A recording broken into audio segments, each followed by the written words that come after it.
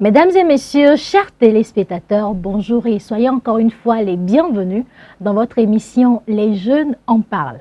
La famille est souvent présentée comme un espace d'amour, de protection et de soutien. Pourtant, elle peut aussi devenir un lieu d'incompréhension, de tension et de conflit, notamment entre les parents et les enfants. Différences de génération, difficultés de communication, quête de liberté chez les enfants, les adolescents et les jeunes, inquiétude des parents, autant de réalités qui fragilisent parfois les relations familiales. Aujourd'hui, nous amenons le sujet dans cette cour de votre émission Les Jeunes en parlent. Conflit parents-enfants, c'est donc autour de cette thématique que nous allons discuter pendant ces quelques minutes. Prenez place et merci de rester toujours branchés sur les ondes de votre chaîne santé SOS Docteur TV. Et pour en parler, nous accueillons pour vous un plateau intergénérationnel. La maman des jeunes, notre habituée du plateau, Madame Robertine Rodjaré, surnommée Tata Roro. Bonjour Tata Roro. Bonjour, ma chérie, comment tu vas? Ça va bien, tu m'as fui. On peut faire ça. Mais tu sais combien je t'aime quand même. Oh, je suis émue, l'émotion, c'est comme ça vous nous trompez. On va parler de ça. Le papa t'énerve, il fait les choses que tu n'aimes pas. Et puis après, il te dit ça, il te donne ça. Et puis toi aussi, enfant que tu es, tu oublies tout ce qu'on t'a fait. Alors, il sera donc l'avocat défenseur, et si on peut dire ainsi ici, de tous les enfants, les adolescents et les jeunes. C'est donc notre collègue et cher frère étudiant à l'étude supérieure de ça, non? Je pense que c'est ESA, école, voilà. École supérieure d'agronomie à l'université de Lomé, Monsieur Kouvaré, Abiel Gaël Teko. Bonjour, comment ça va? Ça va bien, et chez vous? Ça va super, super bien, je rends grâce. Et alors, cette thématique, est-ce que cela te parle personnellement? Lorsqu'on parle de cette vraiment relation parent-enfant, entre autorité et besoin de tout, est-ce que cette thématique te parle? Effectivement, ça me parle beaucoup parce que c'est un sujet qui concerne beaucoup de jeunes aujourd'hui. Quand on se tourne au Togo précisément, on remarque que malheureusement beaucoup d'enfants et beaucoup de parents n'arrivent pas à avoir une certaine relation entre eux, ce qui crée souvent des problèmes et on peut le voir sur ça en décrit sur les enfants à peu près. Absolument. Alors, Tata Roro, est-ce qu'au cours de votre activité en tant que maman des jeunes, maman des adolescents, etc. et tout, est-ce qu'il y a beaucoup d'enfants, voire même des parents qui vous ont approché avec cette inquiétude, cette difficulté, cette tension qui naît entre les parents et les enfants? Merci beaucoup. Effectivement, beaucoup. Parce que parfois, tu vois les parents qui te disent tu es aussi une maman, est-ce que tu peux te mettre à ma place pour vraiment comprendre?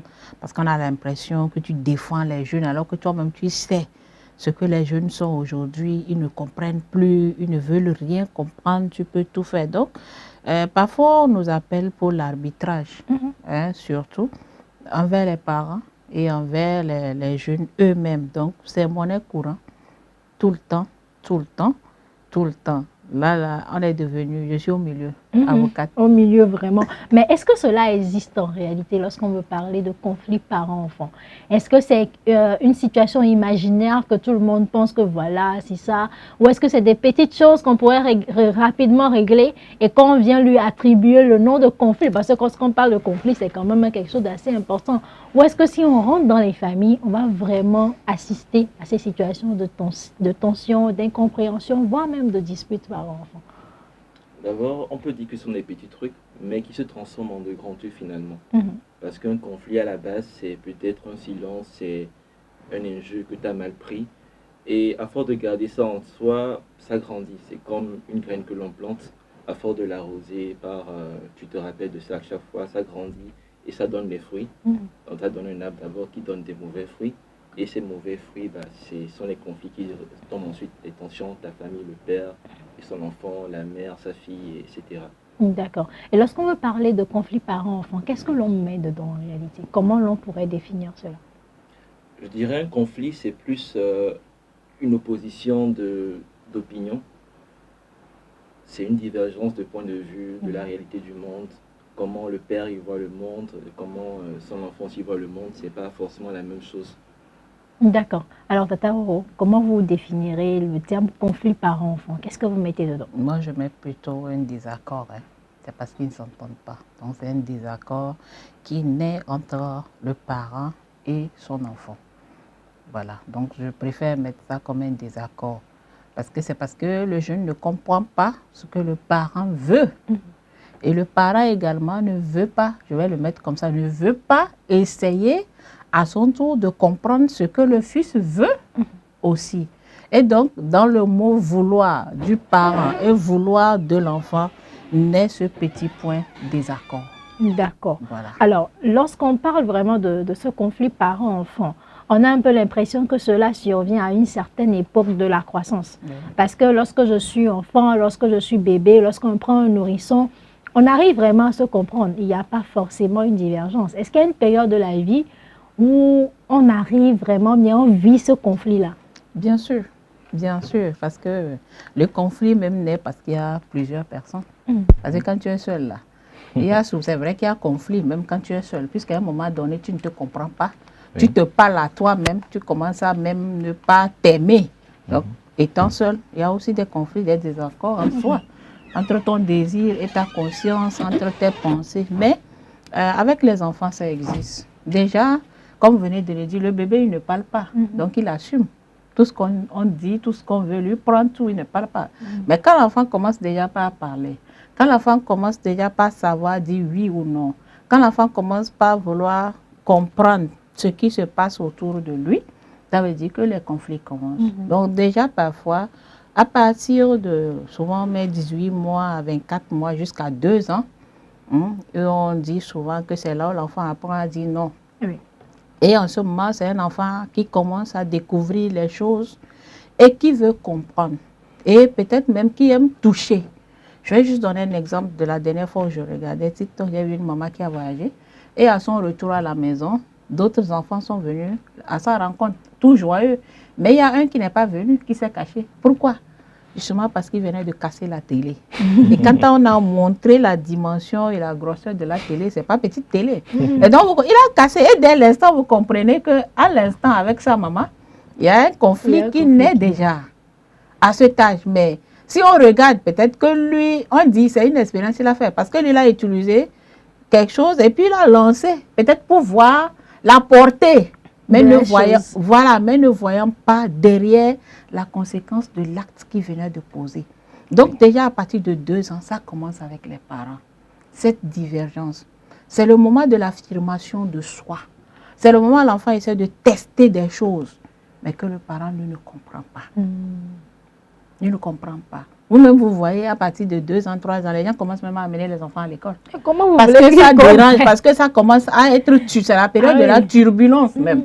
C'est la période de la turbulence, ça commence à être trop turbulent et donc on veut s'en débarrasser pour aller déposer quelque part afin d'avoir un peu de calme, le temps qu'ils reviennent le soir. Donc cette période également n'est pas vraiment supportable.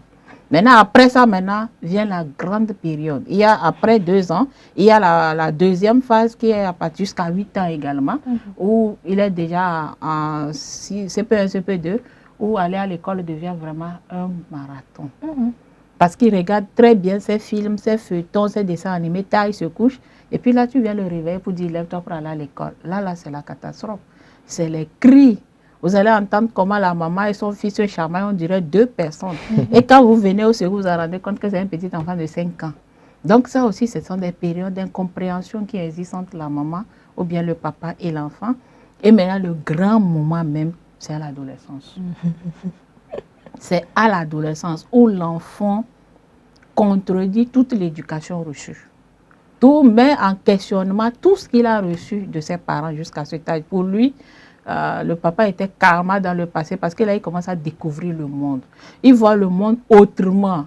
Il aimerait être comme ça, alors que ce n'est pas ça. Là, c'est le grand moment même de conflit à l'adolescence avec les parents. Voilà. Donc, il y en a, ça existe. D'accord. Mais ce qui surprend un peu, on a un peu l'impression que plus on grandit, plus ces conflits disparaissent. Donc, ça décrit un peu une courbe. On ne parle pas. Et puis, comme l'a décrit Tata Roro, il y a des périodes où ça peut aller, la petite, la moyenne, et puis vient l'adolescence où genre, je suis sûre qu'il y a les parents même qui ont eu envie de jeter même l'enfant, à dire que pardon, faut partir. On le déménage même. Vous allez voir, il y a des parents même, ils sont à Lomé. Mais pour l'université, ils se disent, oh, ce n'est pas trop loin. Tu ne peux pas qu'on te loue une chambre, justement parce qu'il n'a pas envie de te voilà, sentir. se débarrasser même. Se débarrasser. Très loin. Et juste après, quelque chose change. Oui. Qu'est-ce qui se passe le plus souvent? Et ça veut dire qu'on finit peut-être par comprendre les parents, ou c'est les parents qui finissent par nous comprendre? Peut-être bien. Je ne suis pas encore arrivé à ce stade, moi, mais je Donc tu es crois encore que... dans la période de l'adolescence où tu frappes tes parents. Je ne dirais pas que je les frappe, mais ça se chamaille un peu fort quand même. Disons qu'à un certain moment donné, on finit par se calmer, les tensions redescendent. L'enfant, il a grandi, il finit par découvrir ce qu'est le monde réellement. Ses parents aussi grandissent, l'âge, ça frappe. Et les parents n'ont plus forcément la force de parler avec tout ça. Donc l'enfant, comme il a grandi, il a certainement acquis une certaine maturité en lui. Et cette maturité fait que ses parents n'ont plus besoin de forcément courir derrière lui. Et là, je dirais que c'est à ce moment donné que il y a un certain calme qui apparaît. Absolument. Alors, Tata Roro, qu'est-ce qui arrive alors plus on grandit? Qu'est-ce qui se passe? Moi, je crois que c'est ce qu'il venait de dire, des deux côtés. Parce qu'à un moment donné, on se dit, bon, c'est comme, prenons juste pour les études, hein. Oui. On va le poursuivre jusqu'en terminale. Mais à partir de l'université, quel parent encore derrière un étudiant pour dire, apprends, n'apprends pas, il faut te doucher, il faut faire ci? Personne. Oui. Parce qu'on dit qu'à cette période-là, il est assez grand pour faire face lui-même à la vie qui est devant lui. Et c'est souvent ce relâchement-là qui fait perdre les jeunes à cet âge. Vous allez voir que c'est l'âge même où les jeunes se perdent. Parce qu'il y a maintenant, les parents se disent, je crois qu'après, à l'université, il est assez grand, il peut affronter la vie, alors que c'est le lieu-là même qui fait perdre les enfants. Donc ce silence-là, parfois entre guillemets, c'est peut-être qu'arrivé dans ce monde, il a découvert des amis, alors qu'on sait qu'entre amis, ça peut être bon comme mauvais. Oui. Donc, il est plus attaché à ses amis, suit ce que ses amis disent, donc c'est beaucoup plus dehors. Il essaie de satisfaire certains besoins qu'il n'arrive pas à avoir chez les parents dehors. Et ça donne un semblant de calme à la maison si les parents ne sont pas vigilants. Jusqu'à ce qu'ils s'en rendent compte, c'est la période où ils ont vu que l'enfant est déjà perdu. Ça, c'est d'abord une partie. Mais il y a également une deuxième partie où c'est la période, arrivée peut-être à l'université, l'intensité des cours lui permet de revenir un peu en arrière et comprendre ce que le papa voulait. Quand on l'interpellait de bosser, de vraiment se concentrer sur ses études, arrivé là, il s'en rend compte que s'il ne s'y met pas, c'est l'échec qui l'attend. Et donc, il commence par prendre conscience. Progressivement, là-bas, il prend conscience. Et puis, comme on le dit, cette maturité également, il acquiert aussi de la maturité parce que plus on prend de l'âge, plus on traverse des choses, plus on prend conscience et on grandit. Au même moment, comme il venait de le dire, au niveau de nous, les parents également, je crois qu'on n'est plus à l'état de petits enfants aussi, de jeunes parents. Au fur et à mesure, nous devenons des expérimentés. Et à chaque expérience, on apprend quelque chose. Donc, on essaie à un moment d'ajuster, parce que là, tu étais contre le portable. Mais l'université t'impose le portable, parce qu'il doit faire des cours en ligne, il doit faire des recherches. Donc, tu vas faire quoi? Tu vas toujours être calé ou tu vas décider d'être flexible. Flexible. Voilà, flexible. Donc, pour dire qu'au fur et à mesure que l'enfant grandit, les parents également, on acquiert certaines maturités aussi, certaines sagesses qui permettent vraiment de comprendre, de revoir la manière où on doit cheminer avec cet enfant ou bien ce jeune-là. Et donc, des deux côtés, je crois que les tensions ne peuvent que descendre parce que l'enfant finit par comprendre les efforts. Parce qu'à l'université, quand il vient demander portable, ordinateur, il prend conscience des efforts que le papa va faire pour le lui acheter. Et donc, il y a la prise de conscience, il y a la maturité qui vient. Et au niveau des parents, je crois que ça commence à devenir beaucoup plus flexible. Et il y a aussi de la sagesse. Et aussi, les parents apprennent des expériences passées avec cet enfant, essayent de le comprendre à un moment donné. Parce que quand ça crie, il y a aussi d'autres personnes. Je parle des avocats de l'enfant ou bien de la famille qui viennent en aide. Et à force d'écouter, on finit toujours par essayer de se rapprocher de la réalité. Et ça finit par marcher. D'accord. Est-ce que vous pensez que tous les jeunes ou tous les jeunes passent forcément par ce process? Ou est-ce qu'il y a de ces enfants-là qui comprennent, qui grandissent avec des enfants sans conflit? Des fois, on entend des mamans dire que non, En hiver, on dit Devi Amdompona moi pour dire que cet enfant-là ne m'a pas dérangé, alors que l'enfant, si. Est-ce que vous pensez qu'il y a des enfants qui grandissent tranquillement, sans tension, qui comprennent les parents, qui acceptent tout, ou bien forcément, il y aura forcément un désaccord en grandissant? Lorsque vous causez avec vos camarades, bien sûr, qu'est-ce que ça rapporte? Ou c'est la team des Ce n'est pas révoltés? forcément tout le monde qui parle. Tout le monde ne parle pas de ce qui rentre à la maison. Et je peux dire que certains, ils ont la chance de ne pas vivre ce que malheureusement beaucoup de gens vivent. Mais néanmoins, ça ne reste pas qu'ils ne rencontrent pas certains désaccords entre leurs parents. Et s'ils rencontrent aussi ces désaccords, je pense qu'ils arrivent à les régler rapidement. Ce qui fait que ces enfants ne sont pas par la suite dans une certaine logique où ils sont contre leurs parents ou bien ils pensent que leurs parents ne les aiment pas. Donc si réellement ces enfants ont eu la chance de vivre avec des parents qui, dès la naissance d'un conflit, arrivent à régler cela, c'est déjà bien.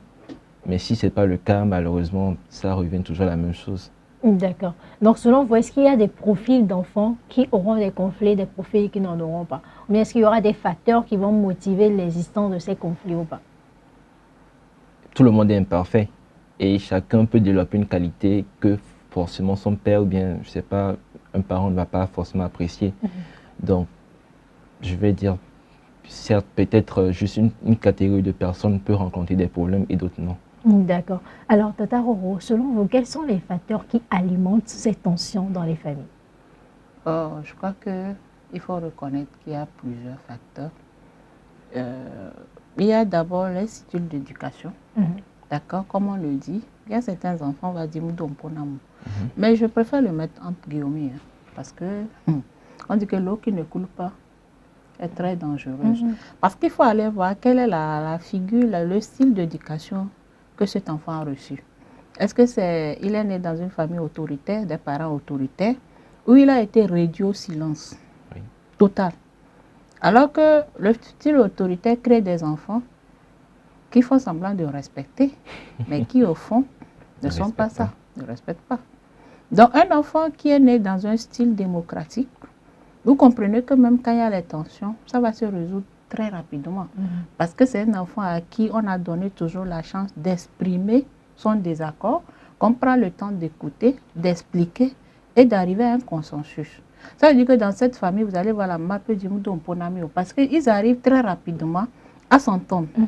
Mais quand on prend un enfant qui a été éduqué par un style pessimiste, doux ou désengagé, bon, cette personne-là, elle a donc pour où? Parce que le monsieur-là, il n'a jamais son parent, il s'occupe tout seul. Bon, il va déranger qui? Parce qu'il sait que tout lui revient à lui. Toute sa responsabilité, toute sa vie l'engage. Et il doit pouvoir se battre. Bon, cet enfant-là va déranger qui? Donc, c'est pour vous dire que quand on dit que l'enfant-là est bon ou l'enfant-là est doux, c'est plutôt aller en arrière, regarder quelle est la forme d'éducation que cet enfant a reçue. Parce que à chaque style éducatif correspond un type d'enfant donné. Correspond d'ailleurs le type d'enfant. Il y a également les valeurs avec lesquelles nous utilisons pour éduquer nos enfants. Il y a les valeurs. Parce que là, un enfant éduqué à Dapan n'est pas le même qui est éduqué ici au sud. Parce que nous n'avons pas les mêmes valeurs. Il y a également les réalités qui influencent. Il y a les réalités. Parce qu'aujourd'hui, nous, comme on le dit, les parents éduquent souvent avec le passé, alors que les enfants réagissent avec le présent. Et donc, ça sont des causes, sont des facteurs également. Et je vais dire quoi encore? Donc, je crois que ça peut aller. Ça peut aller. Voilà. Alors, selon vous, quels sont les différents sujets les plus fréquents de désaccord entre les parents et les enfants aujourd'hui? Si je prends mon exemple, avec mes parents, c'est plus au niveau des tâches ménagères, les réseaux sociaux, le téléphone. Chaque fois, tu es sur le téléphone et bizarrement, c'est quand tu es sur le téléphone, il tombe sur toi. L'école, les mauvaises notes, ça c'est un problème aussi. Et bon, c'est un autre sujet, les fréquentations entre amis, tout ça, ce n'est pas forcément tout parent qui aime voir son enfant avec tel enfant, mais tel enfant. Lorsqu'on prend peut-être les tâches ménagères, quel est le désaccord là-bas? Vous n'aimez pas faire les tâches ménagères, c'est ça? Ma mère, elle va surtout dire qu'on sait faire le truc, mais on ne veut pas le faire. Donc, mais est-ce que tu fais? Des fois. C'est là la question, est-ce que tu fais? Des fois, je le fais, des fois, je ne le fais pas. Je la dis en même temps. Ah, ok, Parce d'accord. que papa va suivre et papa va suivre. Et c'est là on va t'appeler pour dire viens t'asseoir. Lui-même, il comprendra. Il est déjà au courant de cette Heureusement situation. que tu as dit la vérité. Alors, par rapport à ces différents conflits avec les parents, comment vous arrivez à le gérer? Surtout vous, jeunes, avec le téléphone, c'est l'âge où on est tout le temps sur les réseaux sociaux alors que le parent ne veut pas. Comment vous faites? Donc moi, personnellement, je vais dire que quand je suis face à cette situation, je suis plus enclin à aller me réfugier dans ma chambre parce que c'est un endroit où forcément le parent ne va pas venir te chercher. Et quand tu es là-bas, tu peux faire ce que tu veux. Maintenant, la vraie question serait de savoir comment réussir à ce que tes parents comprennent ce que tu fais sur ces réseaux sociaux. Donc la meilleure solution serait d'aller les voir, de parler avec eux, d'argumenter, de leur dire concrètement ce que tu fais là-dessus, ce que tu regardes, avec qui tu communiques, pour que après ils ne viennent pas te chercher des problèmes inutilement. Et aussi les parents, ils devraient aussi chercher à savoir ce que leurs enfants font dessus. Pas forcément directement chercher à les juger pour ce qu'ils font, ce qu'ils regardent, avec qui ils parlent, mais essayer de voir ce qu'il y a vraiment derrière. Si ton enfant s'intéresse à un sujet particulier, il serait bien de comprendre pourquoi ce sujet est intéressant pour lui et enfin que vous puissiez en discuter. Si vraiment c'est une bonne chose pour lui, d'accord, tu peux le laisser continuer. Mais si tu vois qu'il y a des choses qui ne sont pas forcément bonnes dedans, tu vas lui donner certaines limites, certains points à respecter. Comme ça, vous êtes tranquille dans votre discussion après. D'accord. Est-ce que tu penses que ce conflit ou ces désaccords naissent du fait que nous venons des générations différentes? Exactement, c'est totalement le cas. Nos parents, ils ont grandi dans la vieille époque. Et tu dis arrêtez d'attaquer les gens. Pas pour nous vexer, mais c'est la réalité. Parce que notre vision du monde est totalement différente. Cette réalité que vous avez eue par le passé, ce n'est pas forcément la même chose que nous avons aujourd'hui. Donc, face à cela, c'est normal qu'on ne se comprenne pas. Il y a un certain décalage de point de vue. Après, bon, maintenant, la question, c'est de savoir comment régler ça encore. Justement. Alors, Tata, est-ce que vous pensez vraiment que c'est cette différence de génération qui fait que nos perceptions divergent et c'est le lieu au désaccord? Bien sûr, parce que c'est ce que je venais de le dire, que les parents éduquent avec le passé, mais nos enfants réagissent avec le présent. Oui, exactement. D'accord, donc il y a cette différence d'époque qui est là. Et donc, qu'est-ce qu'il faut faire? Est-ce qu'il faut vraiment que les parents acceptent cette période-là, ce moment, et que les jeunes comprennent aussi les parents? Parce que pour les parents, c'est ce qu'ils ont vécu qui les a permis d'être ce qu'ils sont. Et c'est, puisque chaque parent veut le meilleur pour son enfant, et ils veulent protéger également les enfants, ils trouvent que ce qu'eux, ils ont reçu comme éducation, c'est ce qui était la bonne et la meilleure. Et veulent l'appliquer aussi à leurs enfants. Maintenant, les enfants étant dans cette nouvelle époque, trouvent que pour les parents, comme il vient de dire, c'est la vieille époque, c'est pas bon. Et vous allez voir aujourd'hui qu'avant, à l'école, c'était le bâton. Et puis on disait que ça marchait bien. Parce que quand tu ne veux pas qu'on te frappe, tu apprends. Tu travailles. Mais aujourd'hui, quand l'enfant constate qu'il n'y a plus le bâton, il s'en fout. Et moi, je le dis parce que je l'ai expérimenté. Je me rappelle quand mon enfant devait être en classe première ou terminale, je ne me rappelle pas bien. Il y avait un enseignant au lycée, d'accord? Je m'abstiens de donner le nom de ce lycée-là. Quand il est allé pour voir dans sa salle et les enseignants, il est revenu, il m'a dit que malheureusement pour lui, il y avait cet enseignant-là dans sa classe. C'est que l'enseignant-là, on dit au bac, tous ses élèves ont 18 en SVT, alors que c'est la série D. Parce que dès qu'il finit le chapitre, le lendemain, vous savez, quand il fait le cours, il vient le lendemain, il fait d'abord un devoir sur ce qu'il a fait hier. Donc ça fait que ces enfants sont obligés d'apprendre, de maîtriser au fur et à mesure qu'il avance. Alors que l'enseignant essayait de s'auto-évaluer à travers le travail de ses enfants, c'est ce que lui, il pensait faire. Mais les enfants, eux, le prenaient comme méchant. Vous comprenez? L'enseignant, lui, s'évaluait pour voir si est-ce que la manière dont il administre son cours, est-ce que les élèves arrivaient à le comprendre? Est-ce que les élèves comprenaient le cours? Et c'est pour ça qu'il faisait pour être sûr. Et ceux qui ne sont pas bien, il essaie de les rattraper. Mais l'élève, lui, il considère ça comme méchant, sévère, et donc un enseignant qu'il faut craindre et qu'on craignait d'ailleurs. Donc vous voyez que les deux perceptions, elles sont totalement différentes, mais avec juste un seul objectif, c'était quoi? La réussite, La réussite de l'élève. La réussite. Donc, il y avait les deux, avec tout l'élève veut réussir, l'enseignant veut que l'élève réussisse. C'était le même objectif, mais vous voyez que la manière était beaucoup plus différente. Et c'est comme ça que les jeunes aujourd'hui, comme on le dit, nous voyons les choses dans différents angles. Oui. Nous voyons les choses dans différents angles. Et c'est cette différence d'angle-là qui fait vraiment que naissent les conflits entre les jeunes et nous. La vieille époque, ça devient une expérience pour nous. Et qui a été une bonne expérience d'ailleurs. Parce que hier, le parent, il est là. Quand tu sors de l'école et tu essaies de t'amuser un peu, le temps d'arriver là, il est dehors, à la porte, il t'attend. Et dès que tu soulèves la tête, tu vois ton papa, qu'est-ce que tu fais? Tu commences à courir. Mais quand aujourd'hui, l'enfant sait que papa allait au boulot, va rentrer à 20h, quand lui, il est sorti à 14h, il peut tout se permettre de rentrer même à 18h. Il n'a pas peur. Donc, pour dire que les enfants, chacun doit faire l'effort de comprendre l'autre. Et les parents doivent, en tant que parents, doivent essayer de comprendre les jeunes dans leur génération. Et les jeunes doivent aussi essayer de vouloir comprendre que notre expérience nous a permis d'être là où nous sommes. Si nous n'avons pas échoué, c'est que ce qu'on nous a fait était bon. Et qu'on voudrait que vous réussissiez, on est obligé de se baser sur ça pour vous aider.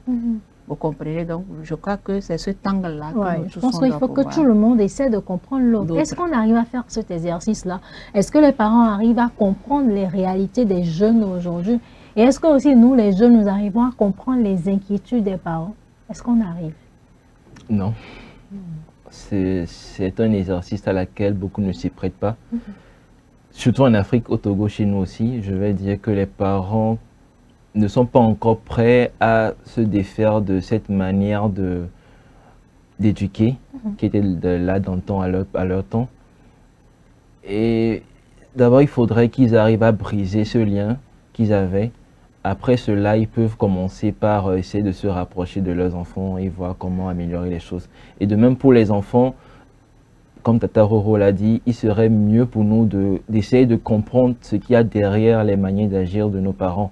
Parce que malgré tout, je ne suis pas sûr qu'un père, bien des parents qui t'ont mis au monde, t'ont élevé jusqu'à un âge donné, tu vas dire qu'ils ne t'aiment pas. Ça, c'est totalement impossible. Il y a de l'amour derrière, mais cet amour, peut-être il est mal exprimé. Donc, il faut chercher aussi à comprendre comment aussi tes parents te témoignent de leur amour à leur manière et voir comment améliorer ça pour que vous vous compreniez de plus en plus mieux. Alors, quelle est la difficulté pour nous à essayer de se mettre à la place l'un de l'autre? C'est-à-dire la difficulté pour les parents de comprendre que les réalités ont changé et la difficulté pour les enfants aussi de comprendre qu'au-delà de tout, c'est une manière pour les parents, peut-être des fois d'une manière mauvaise, de leur démontrer qu'ils les aiment, quoi. Moi, je crois que la difficulté réside dans le détachement. Ok. Il faut que nous, parents, on essaie de voir les choses en face et de nous détacher de notre passé. Il faut qu'on se détache un peu et de comprendre les jeunes. Et il faut aussi que les jeunes aussi se détachent. Se détachent aussi. Donc, la difficulté, c'est le détachement. Que chacun se permette les places. Que le parent essaie de se détacher du passé. Parce que, quoi qu'on dise, nous avons été éduqués avec le style autoritaire. C'était l'obéissance. C'était le strict respect. C'était le respect de la hiérarchie. L'adulte est quelqu'un qu'on doit respecter. Qu'il soit bon ou mauvais, il faut le respecter. Parce que c'était en fonction de l'âge. Mais aujourd'hui, ce n'est pas l'âge. Parce qu'on a appris que ce n'est pas l'âge qui donne la sagesse. Oui. Et les jeunes aujourd'hui savent, lui, il est bon, lui, il n'est pas bon. Alors qu'avant, l'autorité parentale était divine. C'était considéré comme quelque chose qui était divin. Et donc, tout ce qui est divin est intouchable. Et elle mérite respect. Donc, aujourd'hui, on doit virer vers le style démocratique. Ça veut dire que l'un doit faire le pas vers l'autre et l'autre doit pouvoir faire le pas vers l'autre pour qu'on puisse être ensemble. Donc, il faut se détacher. Nous devons essayer de nous détacher de notre passé. Ce style autoritaire dans lequel nous avons été éduqués, à vouloir que c'est notre oui, qui doit être respecté à la lettre. Et que le jeune aussi doit pouvoir quitter le non-résistant contre les parents pour pouvoir se dire parfois qu'il peut faire des erreurs, qu'il peut se tromper. Le papa aussi doit savoir que lui aussi, son autorité n'est pas infaillible. D'accord? Donc, il faut qu'on arrive au détachement, qu'on arrive à se permuter un peu les places. Ou même si on ne peut pas se permettre, qu'on essaie de se rapprocher. Et je crois qu'en se rapprochant, on veut dire, à un moment, tu comprends l'enfant. Oui. Et à un moment, l'enfant essaie de te comprendre. Et donc, c'est un moment où on doit faire table ronde, on doit pouvoir s'asseoir ensemble. Que l'enfant ait le courage d'exprimer sa peur. Et que le parent soit capable d'affronter la peur de l'enfant pour lui permettre de retrouver la réalité. Si on arrive à faire ça, et ça veut dire qu'on a instauré le style démocratique où l'enfant peut exprimer et que le parent peut lui dire la vérité sans jugement et le permettre de faire un choix, je crois que les conflits peuvent se réduire et pourront mieux se comprendre et se gérer. Et je pense que vous venez de toucher du point de doigt la source des problèmes. Hein, parce que le plus souvent, on a un peu l'impression que c'est de cette autorité parentale-là que naissent les conflits en réalité. Oui. Parce que le jeune a le droit de rien dire, absolument rien dire. Donc le papa, il dit que c'est moi ton père, c'est moi, je sais ce qui est bien pour toi, tu finiras par me donner raison. Le jeune aussi dit non, il faut que tu tiennes compte de mon avis. Et finalement, comme c'est lui le plus fort, voilà, le jeune va se dire, ok, fais comme tu veux. Et de toute façon, il fera comme il veut. Il s'en fout même de ce que toi tu en penses en réalité. Et je pense qu'on veut de le dire, si chaque parent essaie un peu de se détacher de cette autorité-là pour se dire que, ok, au-delà d'être le responsable, c'est mon enfant et il faut que je l'accompagne dans cette position. Ça va beaucoup nous aider. Alors, je pense également que l'une des sources des conflits, des désaccords, surtout avec les adolescents, c'est l'utilisation des bâtons, de la ceinture et des autres moyens de punition que les parents trouvent. Quelle est votre lecture de la chose? Est-ce que vous pensez qu'arrive un moment, si le jeune, l'adolescent ne veut rien écouter, on peut arriver peut-être à le frapper, à le punir, ou jamais? Il faut toujours aller avec les paroles jusqu'à ce qu'il ne comprenne, s'il le veut, bien sûr. Le bâton, bon, j'ai été levé avec ça aussi, mais est-ce que ça aide toujours? Je ne suis pas sûr que c'est vraiment une solution à tout problème. Parce que certes, tu peux taper ton enfant aujourd'hui, il va comprendre peut-être, mais il va garder cela en lui. C'est une peur qui va se développer en lui, parce que si aujourd'hui il a un problème ou bien il a une situation qui est un peu dérangeante et qu'il vient te parler, il y a deux options. Soit tu le punis, et la part des violences physiques, soit il est incompris encore. Là, ça revient au même problème. Donc le bâton n'est pas une solution en vrai. Le bâton devrait être exclu, si on va le dire ainsi, parce que pour moi, ce n'est pas du tout une vraie solution. Les paroles, par contre, ça peut aider. Si vraiment vous prenez le temps de bien discuter entre vous, je suis sûr que vous allez trouver une solution. Le bâton, c'est même pas une solution de dernier recours à prendre, en fait. Donc, il faut toujours privilégier la communication, selon toi. Oui, ça aide. Est-ce qu'il va accepter dire autre chose que le bâton? Non, mais vous savez, aujourd'hui, hier, la décision du gouvernement a été acclamée. Mais aujourd'hui, on se demande si c'est le bon choix. Parce qu'on se dit qu'on ne va pas trop copier ce qui se fait ailleurs pour l'amener chez nous. Parce qu'eux, ils sont arrivés là progressivement. Mais nous, ça a été du jour au lendemain. Du jour au lendemain. Donc, c'est vrai que le bâton aussi a fait ses preuves. Hein, parce que chacun aujourd'hui, comme il venait de le dire de l'ancienne époque, nous avons des séquelles de bâton. Moi, souvent, je dis à mon enfant, vous ne vous plaignez même pas. Nous, là, CM1, CM2, surtout au CM2, là, dès que vous quittez le mât et vous rentrez, vous savez c'était quoi? Calcul mental. Comment multiplier un nombre par 0,25? Comment diviser par 0,10? On fait. Et puis le matin, là, chaud. Ceux qui ont trouvé, c'est bon. Tu n'as pas trouvé. Donc déjà, nous, là, après 7h30, là, il y avait déjà les cris et les pleurs en classe. Ça, là, on ne discutait pas, quoi. Ça fait que tu ne pouvais que te mettre au travail. C'est parce qu'il y a certains enseignants, ou bien éducateurs, ou parents, je vais mettre entre guillemets, je le mets entre guillemets, qui sont sévères. Sévères, méchants, parfois qui déversent leurs frustrations sur l'enfant. Peut-être il a vécu quelque chose qui l'a énervé, il a un souci avec sa femme, et dès que l'enfant fait un petit truc, il déverse ça sur l'enfant. Donc la manière de punir l'enfant n'est plus vraiment ce qui est normal. Ils sont carrément hors norme. On a vu les gens frapper leur enfant jusqu'à ce que l'enfant soit à l'hôpital, jusqu'à même tuer l'enfant. L'enfant a succombé au coup. Alors que quand on discute, c'était carrément un truc banal. Et c'est là le parent regrette, il s'en rend compte qu'il a exposé son enfant à quelque chose du passé. Donc c'est ce qui a vraiment conduit à exclure le bâton. Mais qu'on le dise ou pas, j'ai parlé des figures, des styles d'éducation. Aujourd'hui, tout parent a besoin de 4 styles. Le style démocratique, oui. Parce que quand un enfant est seulement éduqué avec le style démocratique, on sait le type d'enfant qu'on aura demain. Il sera incomplet.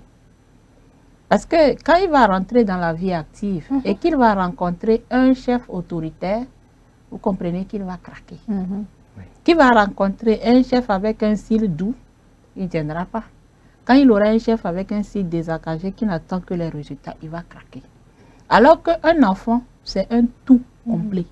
Et donc, les parents doivent pouvoir concilier les 4 figures d'éducation. Autoritaire parfois, si c'est besoin, mais autoritaire ne veut pas forcément dire bâton. Pas bâton. Mais il faut privilégier le dialogue, mais aussi les punitions éducatives. Il faut privilégier les punitions. Ça ne veut pas dire qu'il ne faut pas punir.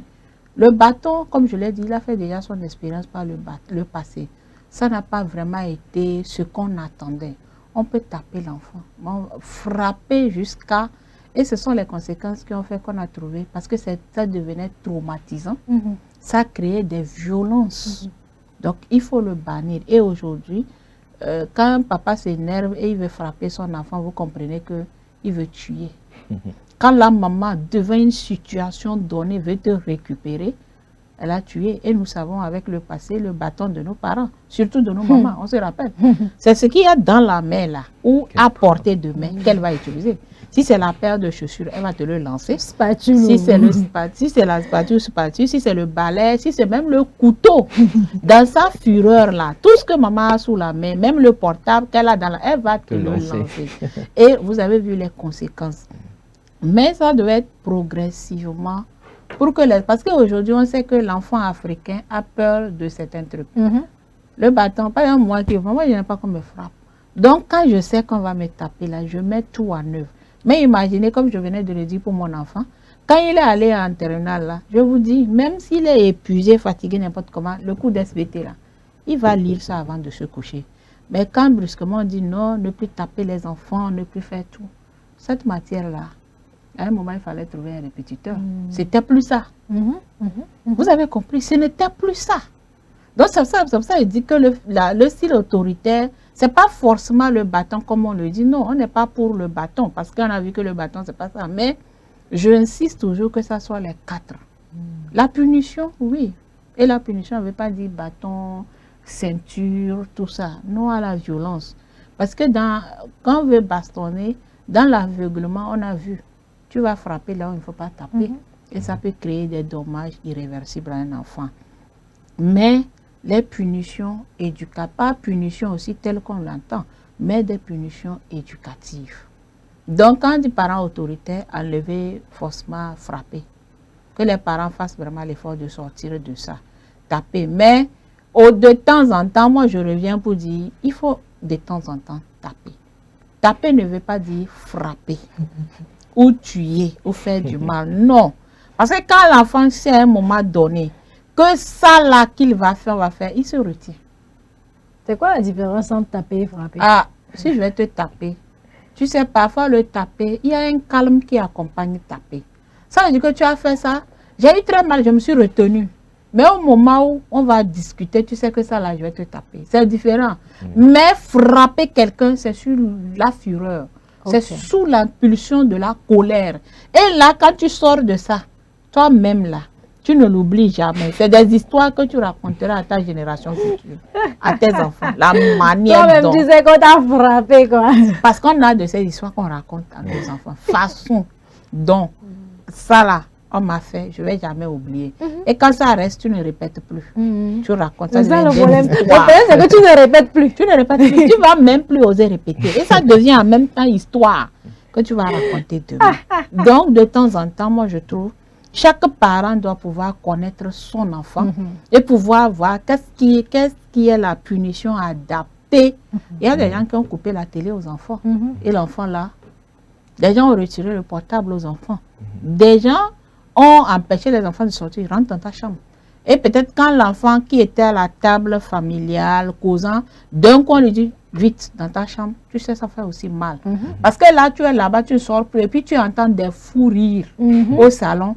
Ça fait vraiment très mal. Ou quand on va te dire, va faire 5 tours du terrain et tu reviens, vous comprenez qu'on lui fait dépenser cette énergie-là qui a gaspillé. Au moins ça, tu ne l'as pas fait du mal. Il a dépensé de l'énergie, ça lui a fait du bien, mais au même moment, il a eu mal. Parce que si c'est que demain, quand il va faire maintenant 10 tours du terrain. Donc, il faut privilégier les punitions éducatives et le dialogue que franchement aller vers le bâton, la ceinture, les quoi. Non. Ah, ouais. Mais je continue d'insister. Les 4 figures de style autoritaire, démocratique, pessimiste et désengagé, il faut l'utiliser. Parce qu'il y a des moments où l'enfant va faire, tu dis, hey, je m'en fous. À lui d'aller voir en ta réponse qu'est-ce qu'il aille affronter. Parce que demain, il n'y aura personne. Il sera seul devant les réalités. Et qu'est-ce qu'il va faire? Donc, tu la renvoies à sa conscience, mais aussi à son esprit critique. Il y a parfois, carrément, tu es doux. Ok, oui. Il vient demander un truc. Tu ne poses pas de questions, tu n'acceptes pas, tu dis oui. Et lui-même, quand il repart, il s'arrête et se demande, mais attends, c'est papa? C'est maman vraiment? Ça là, il venait, mais il savait qu'est-ce qu'il attend comme réponse. Mais il a quand même osé. Il a quand même osé. Et puis, d'un coup, tu dis oui. Il est étonné. Et puis, quand il rentre dans sa chambre, il réfléchit à ce choix-là. Est-ce que le oui, là, immédiat, là, c'est vraiment bon ou c'est pas bon? Maman a changé. Papa est devenu quoi? Donc, vous voyez, le oui, là, a encore créé autre chose en cet enfant-là. Il y a des moments où tu dis, tu as fini de parler. Quand tu as vu mon regard, là, est-ce que tu as compris la réponse qui est dedans? Tout de suite. Ça, tu as mis l'autorité en place. Parce que demain, son patron lui dira, je vais avoir ça tout de suite. Tout comme le petit démocratique permet de discuter. De dialoguer, de se faire comprendre. Voilà. Alors, aujourd'hui, quel est l'impact que vous pensez que les réseaux sociaux ont eu sur les conflits parents-enfants? Les réseaux sociaux, déjà ça a des côtés positifs et des côtés négatifs. Si on prend le côté positif, je vais dire, si on prend l'exemple de TikTok par exemple, si des parents, bien des enfants suivent des comptes qui sont, comme elle a dit, éducatifs, je pense que ça peut aider dans la famille. Si le compte que tu suis, la personne que tu suis, te donne des conseils à toi, un jeune, pour pouvoir les parler à tes parents, c'est très utile. Et si également ça donne des conseils aux parents, comment discuter avec leurs enfants, ça le serait aussi également utile. Mais de l'autre côté, si aussi on suit des mauvaises personnes sur ces réseaux sociaux, on peut avoir des mauvaises conceptions de la famille. Ces mauvaises conceptions, peut-être, tu vas regarder des familles qui s'aiment, qui se témoignent beaucoup d'amour, etc., etc. Et toi, tu regardes dans ta famille, ce n'est pas ce que toi, tu remarques. Donc, d'un coup, ça crée une certaine frustration, tu te poses des questions. Est-ce que tes parents t'aiment? Pourquoi ils ne sont pas comme ci? Pourquoi ils ne sont pas comme ça? Et aussi, d'un autre côté, tu peux aussi remarquer des gens, bon, ton père parle, tu le réponds d'une manière hautaine, genre comme si tu t'en foutais de lui, etc. Donc, c'est aussi des choses qu'il faut bien remarquer. Donc, si l'enfant, le jeune, arrive à bien saisir cette distinction entre ce qui est bien, ce qui est mal dans ces réseaux sociaux, je pense que ça sera beaucoup bénéfique pour la famille. D'accord. Et également de ces réseaux, du type du réseau social que la personne utilise, et également du type de compte que la personne utilise, des informations qui vont influencer soit positivement ou négativement. Parce que s'ils tombent tout le temps sur nos collègues de l'Occident qui ont beaucoup plus ce style démocratique, où lorsque le papa répond, toi si tu réponds que la merde, fous-moi le camp, etc. et tout, et que tu essaies de répéter ça ici, je pense même que tu auras une histoire longue que tu vas rencontrer pendant des années. Alors, il y a également un autre style que les parents utilisent des fois. Je pense que vous avez essayé d'effleurer ça. C'est des fois le silence. Toi, tu sais que ce que tu as fait, on doit te frapper, on doit répondre, mais ils ne disent rien. Est-ce que vous pensez que cela a forcément un impact positif sur les enfants? Bien sûr. Bien sûr, parce que c'est ce que je dis, que ça va développer cet esprit critique-là en lui. Comme on le dit, il sait. Parce que parfois, l'enfant, même en venant vers le parent, connaît déjà la réponse. Il sait, il connaît ses parents. Puis c'est ce qu'il va dire, ça va être oui ou non. Ou bien ce qu'il a fait là. Parce que moi, j'ai expérimenté ça, je me suis mise silencieuse. Et c'est là que j'ai vu mon propre enfant commencer à chercher des médiateurs. Parce que ça, là, c'est pas l'habitude du moment. On connaît comment, on sait que c'est une dame là. Rapidement. Mais j'ai préféré prendre le silence. Je me tais, je ne parle pas. Je regarde comme si ça ne me dit rien. Et là, il s'est rendu compte que là, je suis foutu, quoi. Et là, il est allé. Donc, pour dire que parfois, comme on le dit, il faut à un moment aussi adopter le silence. Quand la personne attend que tu parles pour pouvoir se caler ou se figer quelque part, tu ne dis rien. Là, karma, il se perd complètement parce qu'il ne sait plus où il est. Est-ce que c'est bon? Est-ce que c'est pas bon? Qu'est-ce que j'aurais dû faire? Qu'est-ce que j'ai dit et qui n'a pas? Donc, vous voyez, cet enfant-là retourne. C'est comme si tu le renvoies à lui-même. Tu le renvoies à lui-même et il est obligé d'aller s'asseoir. Et vous allez voir qu'il n'aura même pas de solution. Il va lui-même aller vers certaines personnes pour reposer la même chose et voir quelle serait la réaction, quelle pouvait être la réponse pour voir si est-ce que le silence veut dire que c'est bon, est-ce que ce silence veut dire que c'est pas bon. Et là, vous voyez à peu près, il va passer de personne en personne et après, il va faire une synthèse pour se rendre compte que non, le silence là, c'est que c'est pas bon. Le silence là, c'est que c'est bon. Et il va se lever pour voir qu'est-ce qu'il faut faire pour pouvoir soigner cela, pour pouvoir réparer cela. Et donc, ça permettra dans ce silence un rapprochement. Parce que le médiateur, s'il est bon, il sera un médiateur neutre pour mettre devant le parent qui a opté pour le silence ce qui pouvait être bon et mauvais dans cette attitude-là et mettre aussi devant l'enfant la situation. Ce qu'il a fait, qui a créé ce silence, qu'est-ce qu'il pouvait être comme impact positif et négatif. Et dedans, les deux pourront voir vraiment ce qui pourra vraiment être le meilleur. Et cela permet également un rapprochement. Vous allez mieux vous comprendre, mieux vous connaître. Donc, je crois que ce style-là, il existe, il est pratiqué et puis voilà. Mais ça, c'est lorsque l'enfant est conscient, hein? Parce que s'il n'est pas conscient, bon... Non, quelle que soit l'inconscience de la personne, comme on le dit, trouver la parole dans la bouche d'une personne est quelque chose d'important. Parce que celui avec qui tu discutes, si je ne te prends pas comme important, parce que le silence veut dire que la personne ne te considère pas. Hein. La personne ne te considère pas. Quelle que soit ta non-conscience, à un moment donné, tu vas te poser. Parce que ce n'est pas la seule fois que tu vas revenir. Tu reviendras. Parce que le silence-là ne va pas te faire disparaître. Tu reviendras. Mais tu vas revenir où? Dans le même silence. Donc, tu seras obligé de trouver voix et moyens. Même les enfants qui quittent la maison, tôt ou tard, ils font quoi? Ils reviennent. Ils reviennent. Même s'ils quittent, ils reviennent. Pour dire que le silence, là, c'est quelque chose. Ils reviennent. Donc, pour dire que souvent, il faut reconnaître que dans certaines postures, dans certaines situations, je crois que le parent est obligé d'opter pour le silence pour voir. D'accord. Voilà. On a compris.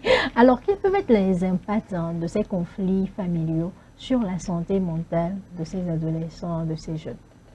Je l'ai dit tantôt, au fur et à mesure, je pense que l'enfant peut développer certains problèmes, comme de l'anxiété, du stress, peut-être même un manque de confiance en soi. Ça, c'est plus flagrant parce que normalement, c'est chez tes parents, tu vas chercher un certain repère. Et si tu n'arrives pas à trouver ce repère chez eux, demain, je ne suis pas sûr aussi que tu vois quelqu'un dans la rue, il te dénigre, tu vas penser que c'est la réalité alors que c'est totalement faux. Donc, il faudrait que les parents aussi sachent que les actions d'aujourd'hui ont une certaine répercussion sur le futur de leurs enfants. Et je pense qu'eux-mêmes ont déjà ces répercussions en eux. Donc, il serait assez judicieux d'éviter cela à leurs enfants aujourd'hui. Alors, selon toi, quel serait l'idéal en matière de communication? Si un parent veut éviter un conflit avec son enfant, comment vous souhaiterez qu'il communique avec vous? Qu'il m'appelle, qu'il me parle comme si on était des amis. quand tu considères une personne comme ton ami, c'est plus facile d'aller vers lui, c'est plus facile de discuter avec lui sans problème, sans jugement. Et je pense que les parents devraient essayer d'avoir leurs enfants comme amis. Pas forcément à chaque fois des wesh-wesh entre eux, mais une certaine amitié qui naît entre eux. Ça, c'est plus facile pour eux d'aller après discuter tranquillement, sans souci. Et je suis sûr que quand c'est comme ça, l'enfant ne va jamais te cacher un problème. Il viendra toujours vers toi. Et toi aussi, vous aurez confiance l'un envers l'autre. Et cette confiance qui se rend vous, je ne suis pas sûr que quelqu'un pourra venir la briser demain. Mais est-ce que vous êtes prêts, des amis de vos parents? Est-ce que vous êtes prêts à tout leur dire? Parce que c'est aussi ça, hein. Des fois on a l'impression qu'il y a le papa qui fait, il y a les parents qui font un peu l'effort, mais on sent un blocus, on dit que non, il n'y a pas ça, etc. Et tout, est-ce que nous sommes prêts à les considérer comme des amis? Ce blocus, il vient surtout des blessures d'attente. Ah ouais. Donc ces blessures doivent être d'abord réglées, mais encore pour régler ces blessures, il faut déjà en discuter. Donc là, on se retourne dans un cycle vicieux. Absolument. C'est un peu compliqué dans ce cas-là. C'est très compliqué. Hein? Alors, en tant que mère, hein, comment vous pensez qu'un enfant, surtout dans ce style démocratique ou peu importe le style, peut exprimer son désaccord? Parce qu'il faut aussi reconnaître que les parents ne sont pas parfaits. Il y a des fois, le parent va faire des choses qui ne sont pas bonnes. Donc, comment arriver quand même à exprimer son désaccord sans manquer de respect aux parents? Parce que lorsque de conflit, c'est lorsque les parents sentent que tu ne respectes plus, tu deviens impoli, tu les contredis. Donc, des fois, comment arriver à leur dire que « Ah, maman, ça, tu m'as blessé », sans pour autant que ce dernier ne le prenne comme un manque de respect? Je crois que il faut vraiment, comme je l'ai dit, il faut d'abord que les parents apprennent à se détacher. Parce qu'il ne faut pas considérer l'autorité parentale comme infaillible. Ça, il ne faut pas considérer l'autorité parentale comme infaillible. Tant que nous sommes des êtres humains, il nous arrivera nous aussi d'aller à l'encontre, de blesser, de faire du mal. Et en toute humilité, il faut le reconnaître. Que parfois, le parent, j'ai l'habitude de dire, j'ai même eu ça une fois à l'hôpital avec une maman, où elle a fait, elle dit, maman, il faut présenter tes excuses à l'enfant, ce que tu as fait, c'est pas bon. Elle m'a dit quoi? Que quoi? Que c'est où? Moi, j'ai vu ça. Que depuis quand un parent va demander pardon à son enfant, que c'est ça? On nous a en train de copier l'Occident, quoi. J'étais restée silencieuse, je dis, ok. Je suis restée silencieuse, je l'ai regardé et puis après j'ai continué. Mais à un moment donné, elle-même, elle s'est arrêtée avant de sortir. Elle est même partie, elle a fait tout ce qu'il fallait faire. Mais après, elle est revenue. Je n'étais pas vraiment prête, mais vu la façon elle a fait, j'ai dit ok, de revenir, qui manque quoi? Parce que j'ai dit, si tu veux savoir quelque chose, je crois qu'il y a celui qui est dehors, que tu puisses approcher pour demander si peut-être tu n'as pas pu payer, si tu veux changer, tu peux voir tel au lieu de venir perturber la queue que j'ai devant moi. Mais de toute façon, elle m'a dit non, que c'est pas ça, qu'elle voulait me dire quelque chose. Donc, elle est revenue avec l'enfant. Elle m'a présenté d'abord les excuses pour dire franchement de l'excuser. Que c'était sous le coup de la manière dont j'ai parlé. Je sais que c'est vrai qu'on n'a pas appris ça, on n'a pas appris, mais qu'elle est sortie, il y a quand même eu un déclic en elle. Et franchement, elle s'est tournée vers son enfant, elle a dit à l'enfant, excuse-moi, hein, ce que j'ai fait, c'est pas bon, tu comprends? Je sais que... Donc, vous voyez, c'est pour dire que si nous n'essayons pas de nous détacher de cette autorité de parents, de maman, ça va arriver. Donc, moi, je trouve que les enfants peuvent demander pardon, tout comme les parents doivent pouvoir eux aussi demander pardon, s'excuser. Parce que comme je l'ai dit, il faut reconnaître qu'on est humain et qu'on peut faire du mal à l'autre.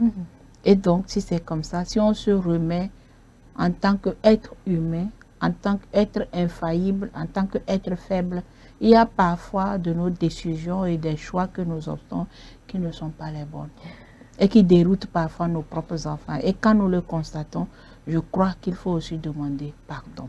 Donc que les enfants sachent que nous ne revenons pas souvent.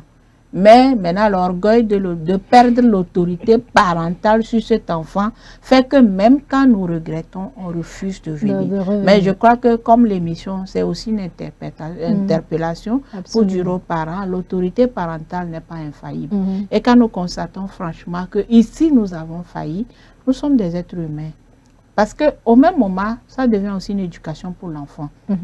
Quand nous allons vers l'enfant pour lui dire non, ce que j'ai fait, assure-toi, ça, je crois que je n'ai pas bien réagi, je n'ai pas bien fait, j'aimerais vraiment te présenter mes excuses. Ça veut dire que tu es en train d'inculquer à cet enfant-là que demain, quand lui aussi sera parent, il doit pouvoir être capable aussi de demander pardon à ses enfants. Ah oui. Et c'est comme ça que nous pouvons changer. Voilà. C'est très, très important. En tout cas, c'est vraiment intéressant. Et j'espère vivement que cette émission sera le moyen pour certains parents et certains enfants de revenir à de très bons sentiments. Ce fut vraiment très intéressant de partager ce plateau avec Tata Roro et également avec Teko, Abiel et le troisième c'est Gaël. En tout cas, merci beaucoup. Alors, quel serait le conseil que tu aurais à donner à des jeunes qui aujourd'hui traversent des situations de tension ou de conflit avec leurs parents pour aider à améliorer la relation?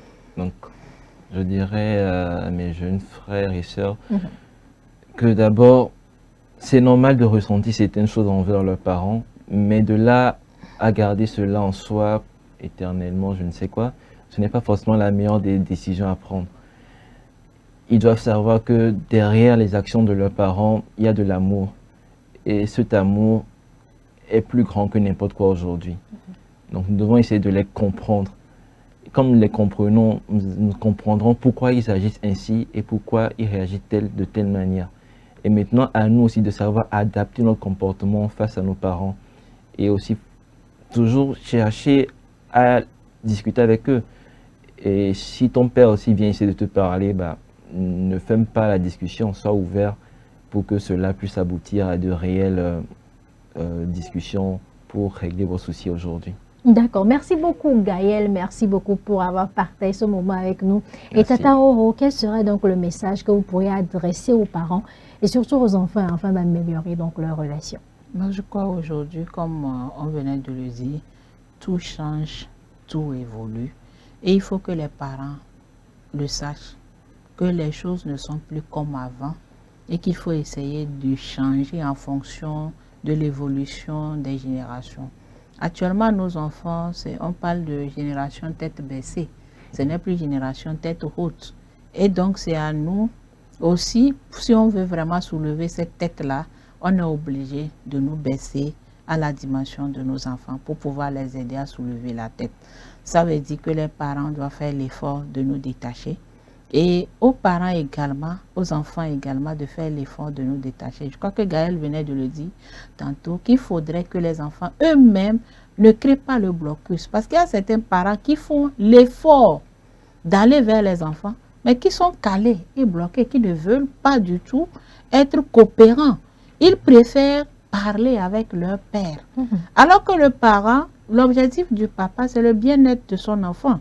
C'est la réussite de son enfant. C'est le bonheur de son enfant. Donc le papa, tout ce que lui fait, son objectif c'est quoi? C'est de protéger cet enfant-là, d'amener cet enfant à réussir dans la vie, à devenir quelqu'un demain.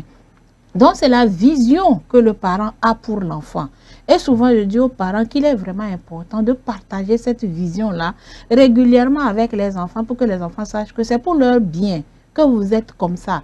Et à force de leur rappeler cela, ils comprennent. Donc, chers jeunes et chers enfants, sachez que vos parents, comme venait de le dire Gaël, vous aiment. Et derrière toutes les actions que les parents mènent, se cache l'amour. Peut-être que c'est la manière, l'expression de cet amour-là qui diffère d'un parent à un autre. Et vous devez comprendre que les parents ne sont pas éduqués de la même manière.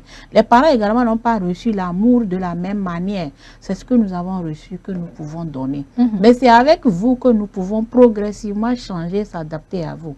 Et je crois qu'également ces enfants-là, ce n'est pas les pères qui veulent votre meilleur. Ce sont vos parents qui veulent votre meilleur.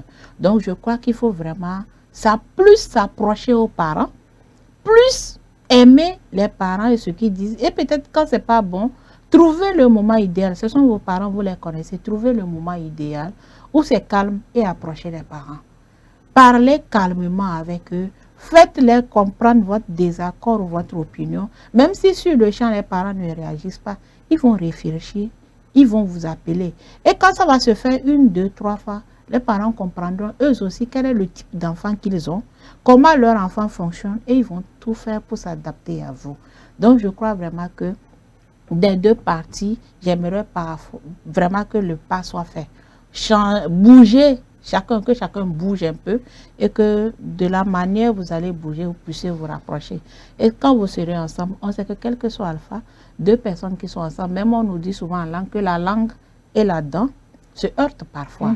Et tant que vous serez ensemble, il y aura de ces moments, mais tout comme la langue et la dent, ça ne dure pas. Ça fait juste mal, mais tout sur le coup, ça passe. Donc, il y aura de ces moments de pic, mais ça ne doit pas durer. Donc, je souhaite vraiment un bon courage parce que l'éducation, ce n'est pas facile. Un bon courage à tous les parents et aux jeunes aussi. Bon courage et félicitations d'avance parce que je sais que après cette émission-là, vous allez vraiment faire le pas de savoir que vos parents vous aiment plus que tout.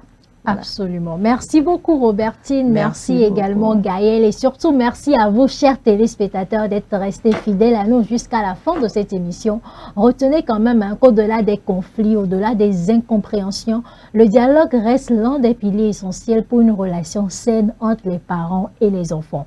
Alors il faut que nous tous, parents comme enfants, nous apprenions à écouter, à se comprendre et à se respecter. Ainsi, nous pourrions donc transformer les opportunités de conflit en de véritables moments de rapprochement. Et bien évidemment, nous aurons une relation parent-enfant qui sera importante pour l'épanouissement et le développement agréable de vos enfants. Prenez soin de vous et on se retrouve à très bientôt pour une autre émission sur votre chaîne Santé SOS Docteur TV.